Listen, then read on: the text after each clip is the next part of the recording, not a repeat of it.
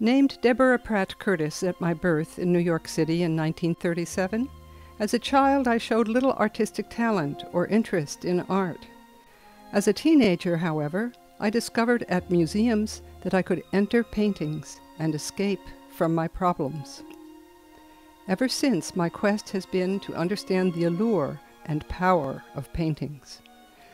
Rather than take an art historical path, I chose to explore the mystery of painting through the study of aesthetics and by making paintings myself.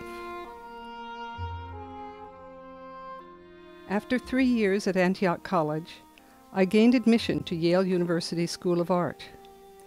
Influenced by abstract expressionism of the time, my early paintings were inspired by my love of the ocean. At my first drawing class, I fell in love with the human figure. For more than 40 years thereafter, I drew and painted the figure as nature's most complex and challenging form.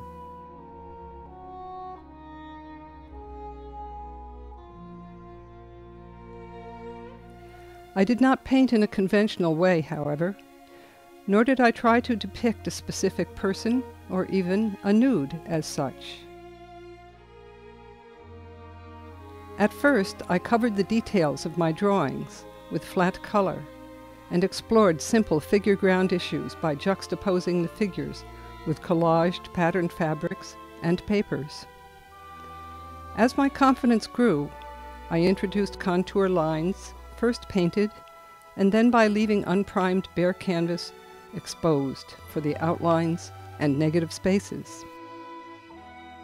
Inspired by my own experiences in life, I endeavored to express inner and other realities, realities that are sensed, felt, but otherwise unable to be articulated.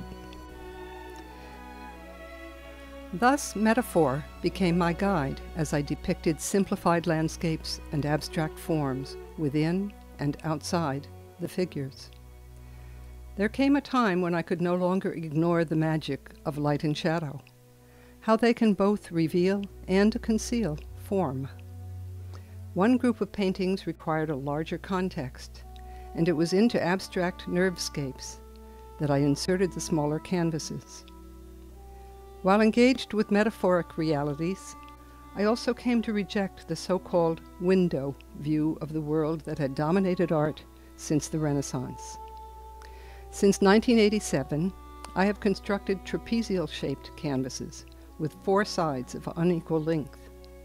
I think of them as shards that reflect the fragmentation of contemporary life. Despite my efforts to present metaphors for our humanness, viewers seem to see the human figure solely as a nude is a nude.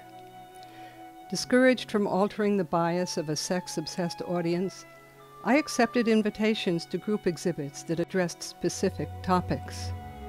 Themes included architecture, portraits in conjunction with a designed object, the city of Prague, obscure cities, and water. Having long recognized the act of painting as a form of meditation, responding to a theme deepened my reveries.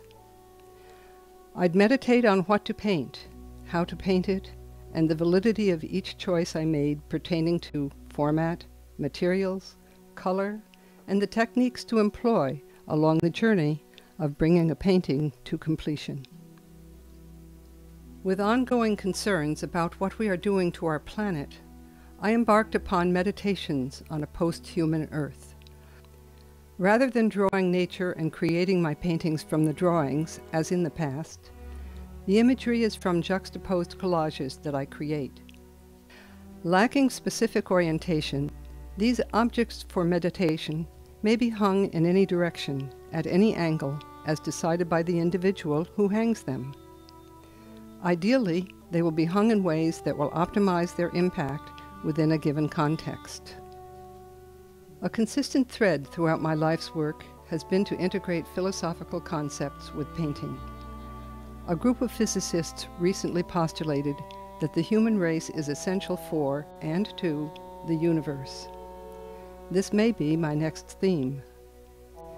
Through continued learning and thinking, I discover inspiration for my art, and ways to say what can be said no other way.